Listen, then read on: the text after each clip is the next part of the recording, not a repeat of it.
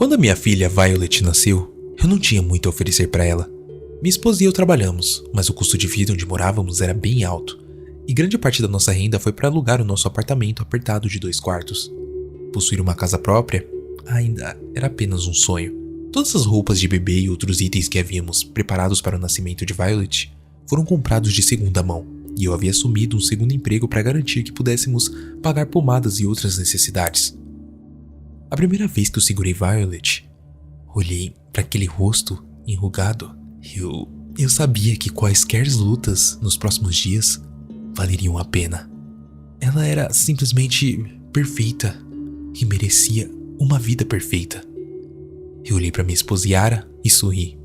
Algum dia, eu disse a ela, eu vou garantir que essa criança tenha todas as estrelas do céu.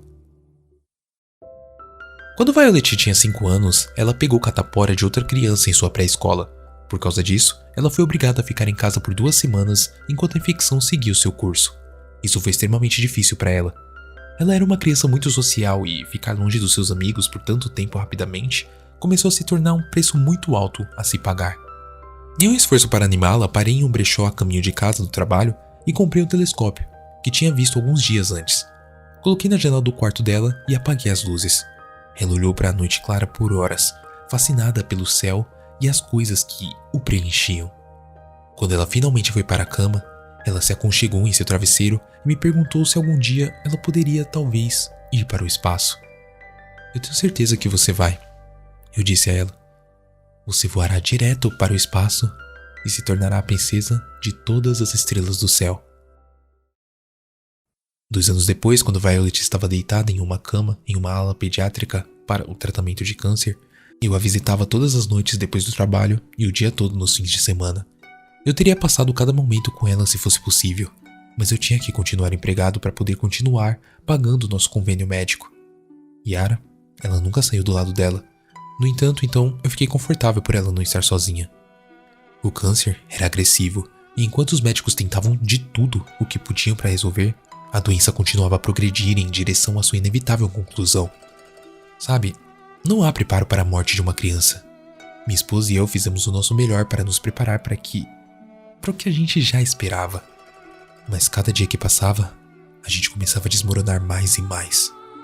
Não houve mais palavras de encorajamento entre nós. Não havia mais promessas de que as coisas iriam melhorar. Ouvi apenas silêncio, enquanto nós estávamos sentados do lado da cama de Violet. Cada um de nós segurando uma das suas pequenas mãos, enquanto observávamos o monitor de frequência cardíaca. Um dia, o dia mais terrível que eu já conheci.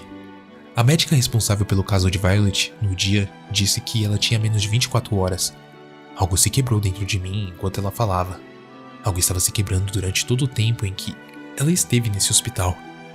Sabendo que não poderia voltar ao quarto dela enquanto estivesse em tal estado, entrei no banheiro do outro lado do corredor, da ala, e me tranquei dentro de uma das cabines. A dor, a frustração, o medo e milhares de outras emoções caíram sobre mim como um maremoto. Eu chorei tanto que... É difícil lembrar. Eu fiquei sem fôlego. Depois que finalmente eu consegui me controlar, eu respirei fundo várias vezes antes de me limpar com papel higiênico. Saí da cabine e joguei água fria da pia no rosto. Eu peguei um vislumbre de mim mesmo no espelho enquanto fazia isso. O rosto que me encarava parecia velho e cansado, quase irreconhecível. Uma voz chamou meu nome da entrada do banheiro. Eu virei-me para encontrar um homem, bem arrumado, vestido de terno e gravata. Ele estava bem parado ali. Uma maleta agarrada com as 2 mãos. Ele era mais velho do que eu, embora fosse difícil determinar exatamente o quanto mais velho. Ele se apresentou como Silas Pembroke. Ele disse que representava um cientista particular que vinha trabalhando em tratamentos radicais para doenças terminais. Seu assistente tinha ouvido falar das condições de Violet, e ele acreditava que ela era uma candidata perfeita para o seu programa. O custo do tratamento seria alto, Pembroke me avisou, e se Violet o recebesse, eu não poderia falar sobre isso com ninguém, exceto a minha esposa. Sabe, era algo de primeira linha, mas não aprovado pelo governo. Diga-me, disse Pembroke enquanto levantava a sobrancelha esquerda. O que você daria para sua filha viver? Qualquer coisa. Eu respondi imediatamente. Eu daria todas as estrelas do céu. Ele me apresentou um olhar satisfeito, e ele me disse que o assistente do cientista entraria em contato pouco antes de ele sair do banheiro. Eu não sabia exatamente com o que eu tinha concordado, mas isso realmente não importava. Tudo que isso importava era que havia uma última chance para minha filha.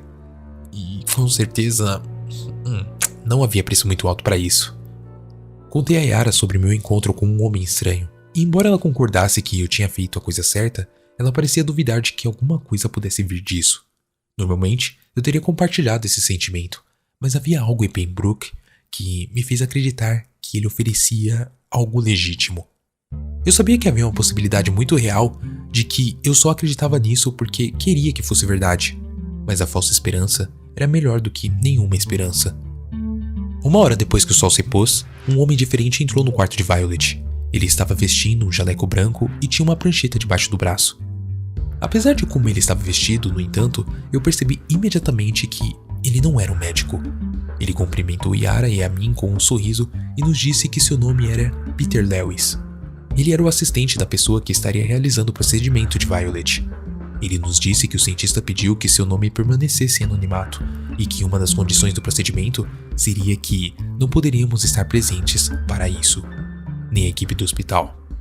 E isso já havia sido esclarecido com eles. Ele não veio e disse, mas eu tive a impressão de que fizeram alguns acordos e a equipe acabou concordando. Sabe? Não voluntariamente. O assunto então se tornou para o pagamento. Lewis nos informou que, embora nenhuma compensação monetária fosse necessária, um ou ambos seriam solicitados a realizar várias tarefas para ajudar na pesquisa do cientista. Essas tarefas seriam atribuídas sempre que fossem necessárias. Quando perguntei o que aconteceria se não pudéssemos fazer o que nos foi pedido, ele me informou sem rodeios que o que estava sendo feito para ajudar Violet poderia ser facilmente revertido. Ok, esse tom até que me assustou. Bom, mas embora não estivéssemos confortáveis com o acordo, o fizemos de qualquer maneira. Que outra escolha tínhamos? Lewis então nos conduziu para fora da sala em direção a uma área de espera. Após isso, as luzes do teto do corredor começaram a se apagar uma a uma. A princípio eu pensei que houvesse uma queda de energia, mas depois de um momento percebi que as luzes de segurança de backup não estavam acendendo. Todas as luzes estavam sendo desligadas deliberadamente. Eu pedi a Lewis que explicasse o que estava acontecendo. Bom, é necessário, disse Lewis. Ele sorriu um sorriso estranho e seus olhos ficaram distantes, como se ele estivesse relembrando uma memória há muito tempo esquecida. Monsieur Gangley, marché dans les couleurs. Ok, eu não reconheci o idioma em que ele falava, mas antes que eu pudesse perguntar sobre isso, ele nos instruiu a sentar na sala de espera e nos avisava quando o procedimento estivesse terminado. Novamente, eu não tendo muita escolha, acabei fazendo o que foi dito. A última das luzes do chão se apagou, e a única iluminação era o brilho fraco dos monitores de computador e vários equipamentos no corredor. Lewis se foi. Olhei para cima e notei que a luz vermelha de uma câmera de segurança próxima estava desligada. Eu me forcei a desviar o olhar. Yara e eu havíamos tomado nossa decisão e teríamos que mantê-la, não importa o que acontecesse. Uma porta em algum lugar no corredor de nós se fechou. Momentos depois, ouvi o som de pessoas se aproximando. Lewis apareceu na porta da sala de espera. Sua ajuda será necessária bem mais cedo do que o esperado, disse ele, entregando-me um pedaço de papel antes de voltar pelo corredor. Usando a luz do meu celular, examinei o papel dobrado. Era feito de pergaminho e era um pouco mais grosso do que um pedaço de papel comum. Tara observou silenciosamente enquanto eu a desdobrava. A mensagem dentro estava escrito em caligrafia requintada. Por favor, tenha a gentileza de viajar até o necrotério e recuperar os pulmões da senhora Caroline Danforth. Eu li a frase várias vezes. Embora a mensagem fosse simples o suficiente para entender, meu cérebro simplesmente não conseguia processar o que estava me instruindo a fazer. Apenas o pensamento foi suficiente para fazer a minha pele arrepiar e o meu sangue gelar. Foi Yara que me trouxe de volta ao foco. Ela sempre foi a pessoa prática em nosso relacionamento, e essa praticidade estava em plena exibição agora. Em vez de se concentrar na tarefa detalhada na nota, ela me lembrou que, poucas horas antes, tínhamos concordado em que faríamos o que fosse exigido para termos a Violet de volta. Bom, a menos que estivéssemos dispostos a deixá-la ir e deixar a nossa filha morrer, Precisávamos cumprir esse acordo. Ela respirou fundo antes de se oferecer para ser a única a fazer isso.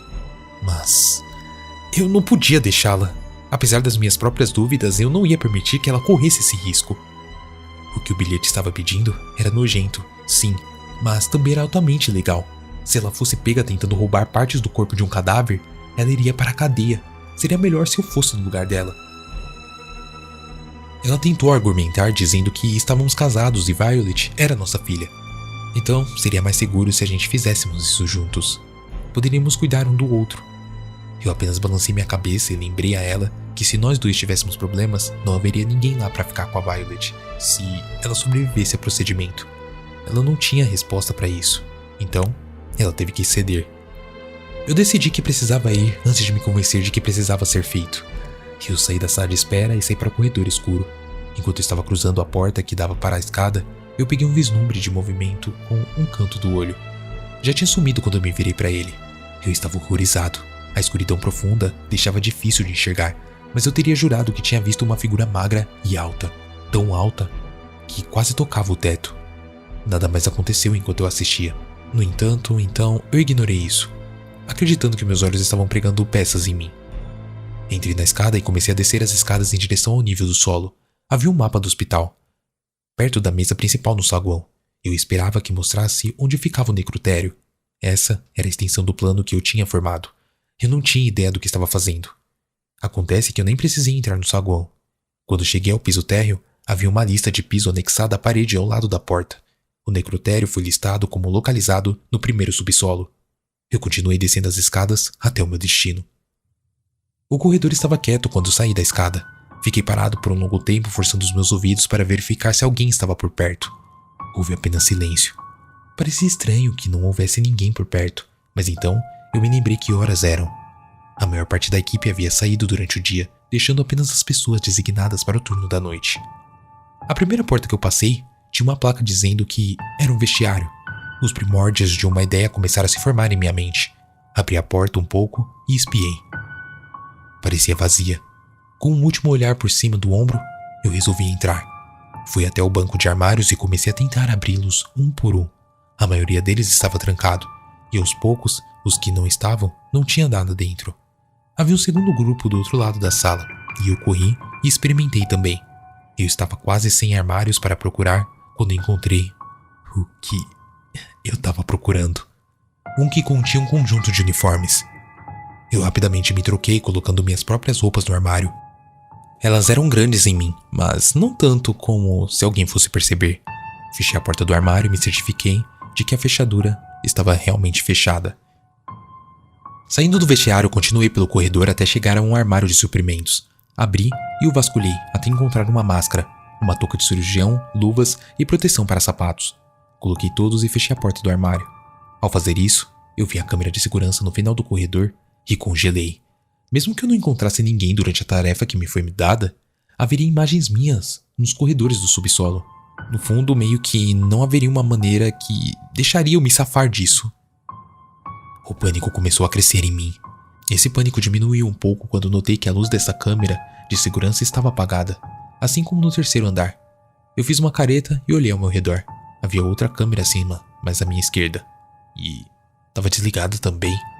Nenhuma chance de que isso fosse apenas uma coincidência. Pelo menos eu espero. Ainda assim, não havia tempo para pensar sobre isso.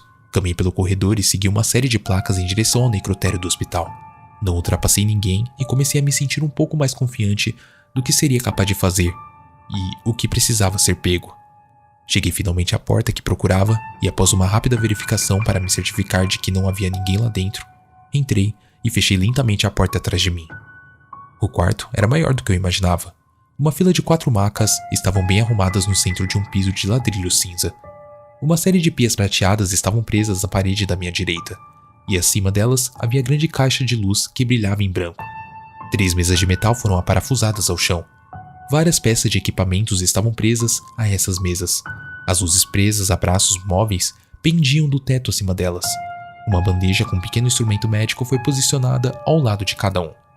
Mas foi a parede do outro lado da sala que me chamou a atenção. Armários quadrados, empilhados 3 de altura e 10 de largura, foram inseridos na parede. As portas estavam todas fechadas. Cada um deles era numerado e havia etiqueta de identificação em vários deles. E sabe, eu já tinha visto várias séries de médicos na televisão para saber que era ali que ficavam os cadáveres armazenados. Olhei para a porta, o qual havia entrado. Esta foi provavelmente a minha última chance de voltar atrás. Voltei a minha atenção para os armários e apertei a minha mandíbula. Isso não era uma opção. Violet merecia viver. Fui até as gavetas e tirei o bilhete do bolso para verificar o nome da pessoa que estava procurando. Carolina Danforth. Examinei lentamente cada uma das etiquetas de identificação, descendo a parede enquanto procurava a correta. Quando cheguei ao fim, porém, eu não tinha encontrado. Eu repassei as etiquetas mais 2 vezes só para ter certeza. Não havia ninguém com o mesmo nome ou sobrenome do corpo que eu precisava encontrar. Posso ajudar? Uma voz disse atrás de mim. Eu estava tão absorto em minha busca que não ouvi a porta se abrir. Lembrando-me de que meu rosto estava escondido atrás da máscara, me virei para o alto-falante. Uma mulher de 20 e poucos anos estava parada na porta. Ela estava vestida com o mesmo tipo de uniforme azul que eu, mas ela estava usando um jaleco por cima. Seu cabelo loiro estava preso em um rabo de cavalo. Ela estava me olhando com uma expressão curiosa no rosto. Pensando rápido, eu disse a ela que tinha sido enviado para recuperar uma amostra de sangue de um dos corpos armazenados. Eu me surpreendi com a facilidade com que a mentira veio para mim. Eu fiquei ainda mais surpreso que a mulher sorriu e acenou com a cabeça. Claro, deixa eu te ajudar, disse ela enquanto se aproximava de mim. Doutor, o sistema de arquivamento e catalogação do hospital pode ser um pesadelo. Mas enfim, quem é que você está procurando? Respondi-lhe com um nome que tinha visto numa das etiquetas de identificação. Ao fazer isso, meus olhos foram atraídos para o crachá que estava preso no bolso da frente do seu jaleco. Eu tive que me conter para não reagir. Escrito em letras azuis estava o nome: Carly Danforth. Não. Não. É isso mesmo. Eu tinha sido enviado para recuperar os órgãos de uma pessoa morta. Eu estava lá para coletar os pulmões de alguém que ainda estava muito vivo. Eu soube imediatamente que não poderia fazer isso. Eu estava sendo convidado a cometer assassinato. Isso estava indo longe demais. Mentalmente eu comecei a tentar descobrir como sair do necrotério sem levantar alguma suspeita. Mas aí, uma imagem de Violet dormindo em sua cama de hospital, com um tubo saindo dela, veio imediatamente na minha cabeça. Eu mordi meu lábio inferior enquanto observava a mulher abrir uma das portas na parede. Um pensamento se repetia sem parar. Ou ela morre, ou minha filhinha morre. Quando ela virou as costas para mim, para começar a desenrolar o corpo, em sua bandeja de metal, eu estendi a mão para uma das mesas de instrumento e peguei um bisturi. Eu rapidamente fechei a distância entre nós, coloquei a minha mão sobre sua boca e perfurei o seu pescoço com a lâmina. Eu puxei com força e ela deslizou por sua garganta com uma facilidade surpreendente. Ela tentou lutar contra mim, mas era tarde demais. O sangue escorria da longa incisão. Eu fechei meus olhos e mantive meus braços em volta dela até que a última luta acabasse. O seu corpo se inclinou contra mim e eu lentamente o abaixei no chão. Ela olhou para mim com medo e confusão quando a luz desapareceu dos seus olhos. Eu tinha feito isso. Eu realmente tinha matado alguém. Eu olhei para o corpo da mulher um longo momento antes de correr para uma pia, arrancando a minha máscara e vomitando o conteúdo inteiro do meu estômago. Mas eu sabia que não tinha acabado. Matá-la tinha sido apenas o primeiro passo. Usei o pulverizador ligado à pia para lavar o vômito pelo ralo.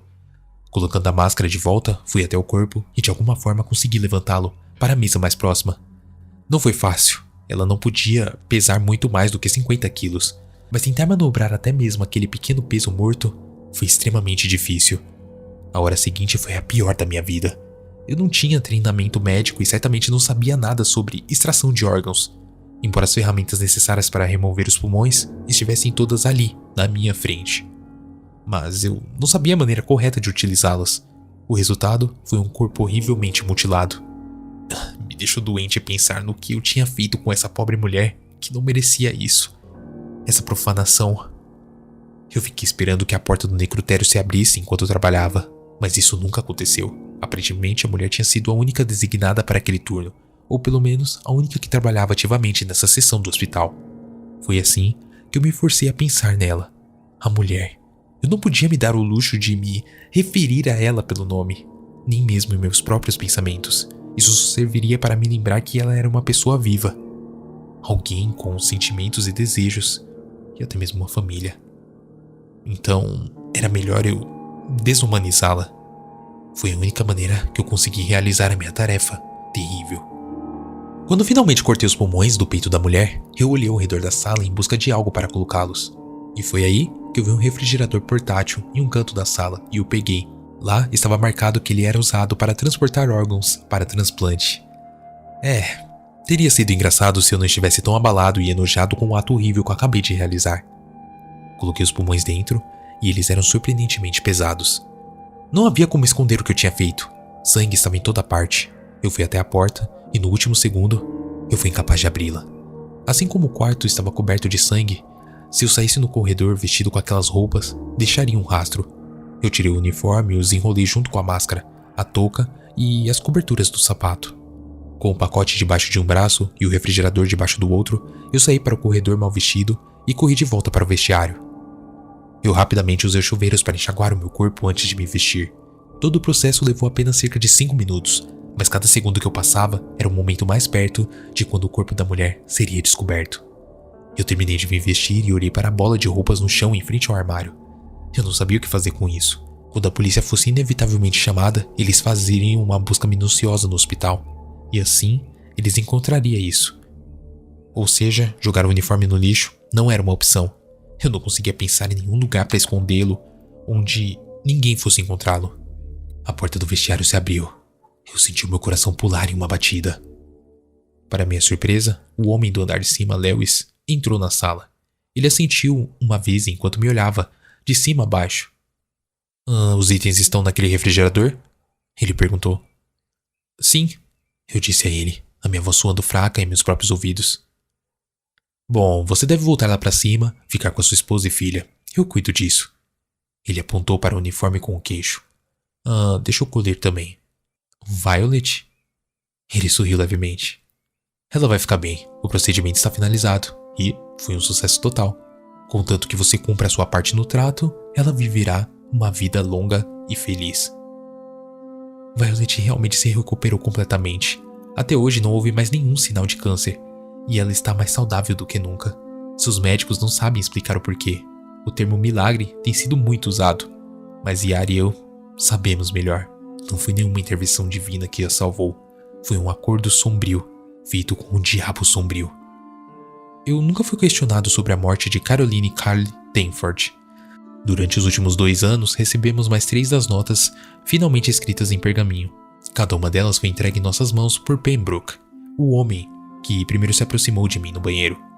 Eu não sei ao certo porque é sempre ele, mas pelo que eu consegui juntar, acho que ele lida com um certo tipo de negócios para os cientistas em anônimo. Aparentemente, isso inclui o serviço de mensageiro. Cada uma das tarefas foi tão ruim quanto a outra, se não pior do que aquela que eu tive que realizar no hospital. Apesar das objeções de Yara, eu mesmo fiz todas elas. Eu não quero que as mãos dela fiquem sujas como as minhas, e eu a amo demais para isso. A pior parte das tarefas, a parte que realmente me mantém acordado à noite, é que elas estão ficando mais fáceis. Não os atos em si, entende? Mas estou me convencendo a realizá-los. Estou me acostumando com a matança. Eu não estou gostando deles. Eu não sou nenhum tipo de psicopata, é só que eu não tenho mais aquela voz na minha cabeça agindo como a minha consciência. Eu mudei de uma maneira fundamental que eu não consigo explicar. Mesmo se eu ainda tivesse alguma crise interna sobre o que eu estou fazendo, eu só teria que olhar para Violet, seguindo sua vida, para silenciá-la. Poder vê-la crescer em vez de morrer de medo naquela cama de hospital faz tudo valer a pena. Algumas pessoas podem dizer que a vida de uma criança não vale a pena para tirar a vida de outras. Essas pessoas nunca enfrentaram a certeza de perder um filho antes. Enfim, não importa o que o misterioso homem que salvou a vida de Violet me peça, eu farei para ele. Eu serei o açougueiro que ele exija que eu seja. E por minha filha, continuarei matando até que o sangue manche todas as estrelas do céu.